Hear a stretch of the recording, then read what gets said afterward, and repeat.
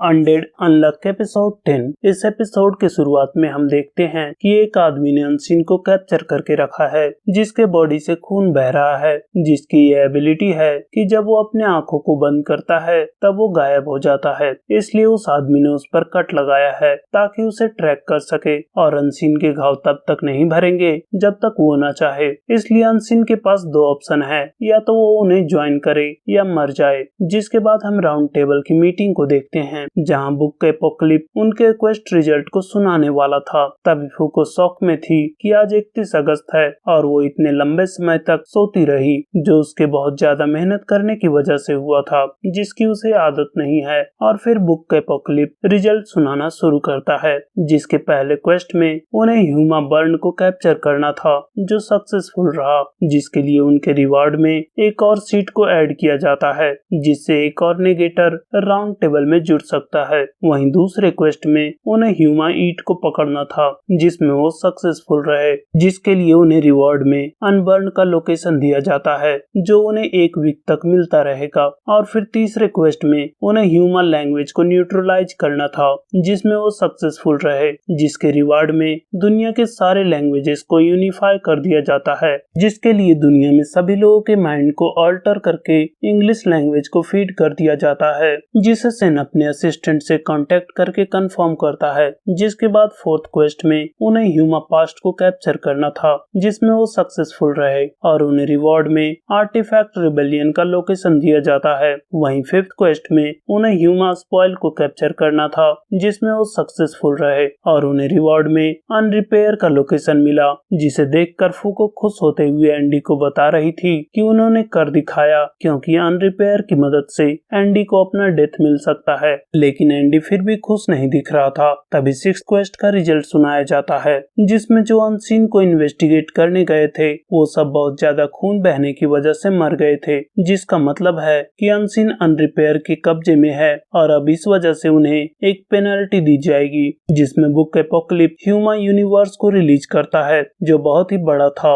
और वो तुरंत वहां से निकल जाता है। तभी उनका लीडर मॉन्स्टर मूव को बुलाती है, जिसने फूको और एंडी को ट्रांसपोर्ट करके राउंड टेबल तक पहुंचाया था। और फिर लीडर मूव को उन्हें बाहर ट्रांसपोर्ट करने को कहती है, जो तुरंत एक पोर्टल खोल देता है और वो सब उसके अंदर समा जाते हैं। वहीं बुक एपोकलिप्स बता रहा था कि ये रूल्स पहले से ही वर्ल्ड में मौजूद हैं, और वो देखना चाहेगा कि नेगेटर्स इस रूल से कैसे पार पाते हैं। उसी समय सारे मेंबर्स ऑस्ट्रेलिया पहुंचाए जा चुके थे, जिसके बदले में मूव उनके लीडर से एक अच्छा शो चाह रहा था, जिसके लिए वो मान जाती है। जहां फूको को लग रहा था कि वो सिचुएशन उतना भी बुरा नहीं है, तभी उनका लीडर बताता है कि वो बुक एपोकलिप्स के ह्यूमा को फेस कर रहे हैं, जिनमें इतनी काबिलियत होती है कि वो पूरे ह्यूमन सिविलाइजेशन को खत्म कर दें। उसी समय ह्यूमा गैलेक्सी अपने पावर को यूज करके पूरा एक गैलेक्सी क्रिएट कर देता है, जिस वजह से पूरे आकाश में बहुत सारे तारे दिखने लगते हैं, और एक स्लॉट भी फिल होते हुए दिखाया जाता है,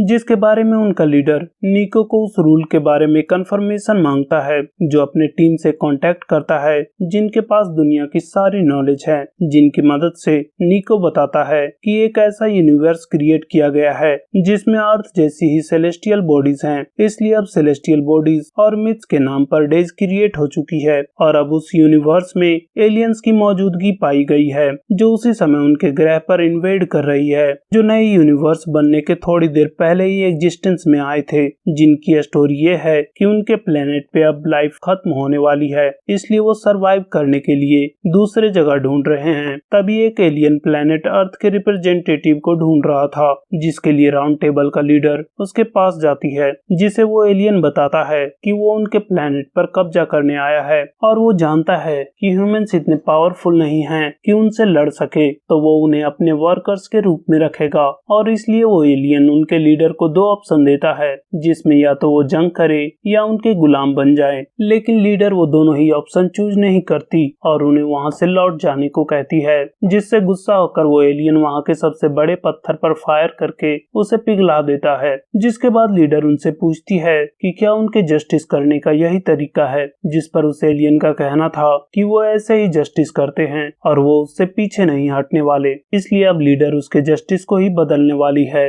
जो कि उसका पावर भी है, और उसके ऐसा कहते ही सारे एलियन शिप से एक दूसरे पर ही फायर करने लगते हैं। हैं, जिससे देखते ही देखते सारे शिप्स तबाह हो जाती है और वो एलियन हार मान लेता है। तभी उनका लीडर फूको और एंडी को समझा रहे थे कि पेनल्टी ऐसी होती है और इस बार तो उसकी एबिलिटी ने उन्हें बचा लिया, जिसके साथ ही ये उनकी 99th पेनल्टी थी। इसलिए अब वो और पेनल्टी नहीं ले सकते, क्योंकि जब वो बुक एपोकलिप्स को ढूंढ रहे थे तब उन्हें एक स्टोन टैबलेट भी मिला था जिसमें 101 स्पॉट्स थे और 100 पेनल्टी के बाद रैग्नारॉक होगा, जो दुनिया के अंत को डिनोट करता है। इसलिए अब चाहे कोई भी टास्क हो वो उन्हें पूरा ही करना होगा, जिसके साथ अब उनके पास एक सीट भी खाली है और जब तक वो नहीं भरता तब तक बुक एपोकलिप्स फिर से ओपन नहीं हो सकता। इसलिए अब हंटिंग की बारी उनकी है। तभी वो एलियन उनसे पूछ रहा था कि वो सब क्या है, जिस पर लीडर कहती है कि वो अभी भी नहीं मरा, मतलब उसका जस्टिस केवल एक दिखावा था।